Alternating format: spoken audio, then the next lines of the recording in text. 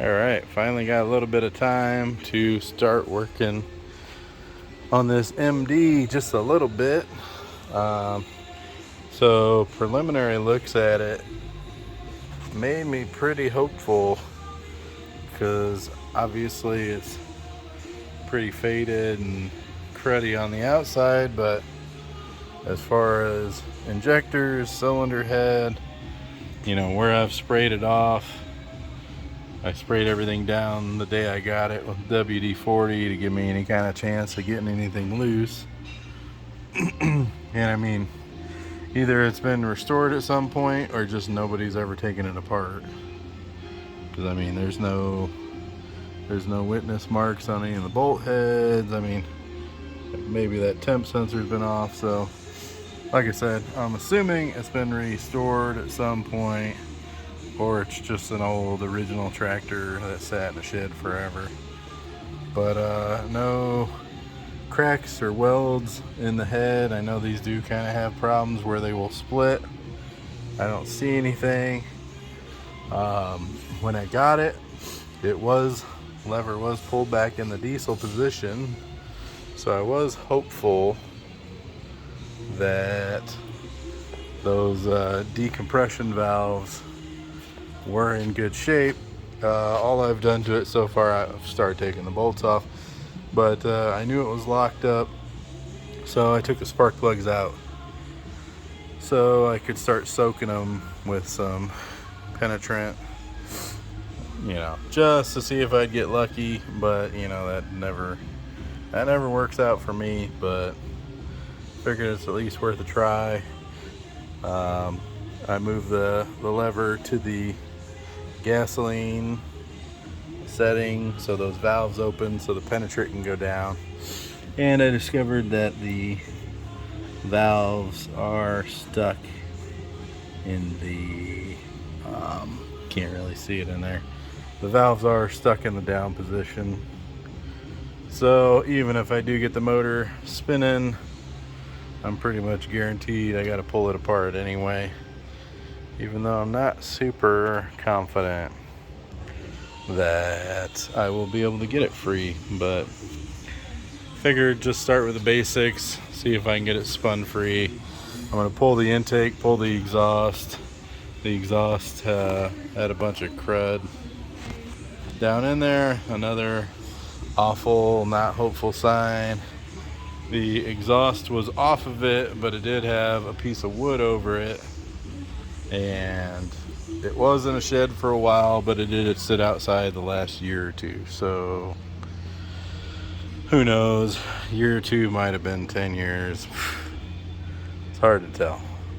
But I'm gonna get the intake manifold and exhaust manifold off and at least look in there, see at least the exhaust and intake side, and see how bad a shape things really are. And I'll show you that once I get it off.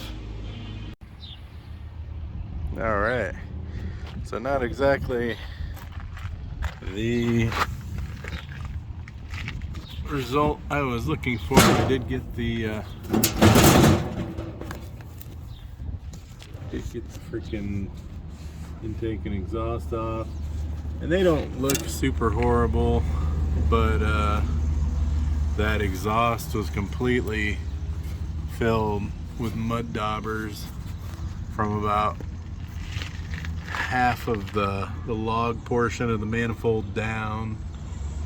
Was just solid mud daubers all the way down into the cylinder head ports. So that's you can look down by the back side of the valves, and it was just clogged up solid with dirt. So I mean, even if that PB blaster got the pistons free, I wouldn't want to rotate it over anyway without getting that gunk out. So next step is probably going to be pulling the head and going from there, seeing how much damage, seeing what the pistons look like, drop the pan out, and then pop the pistons out if they'll come out, Big thing on these, I think you can get liners fairly easily, but the pistons and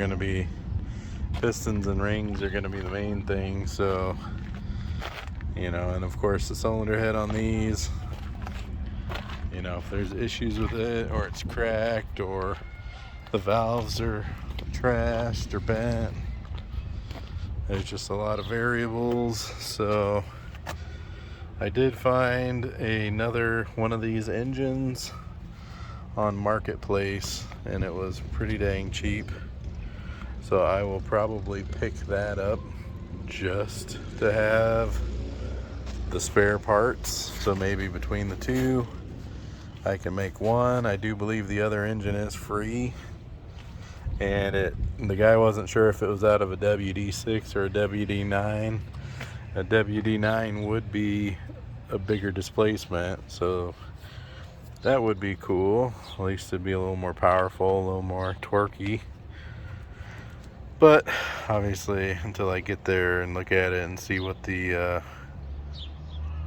actual numbers on it show, I won't be for certain. So I just want to make a quick little video of at least the first little part of tearing this guy apart and getting it running again. Thanks for watching.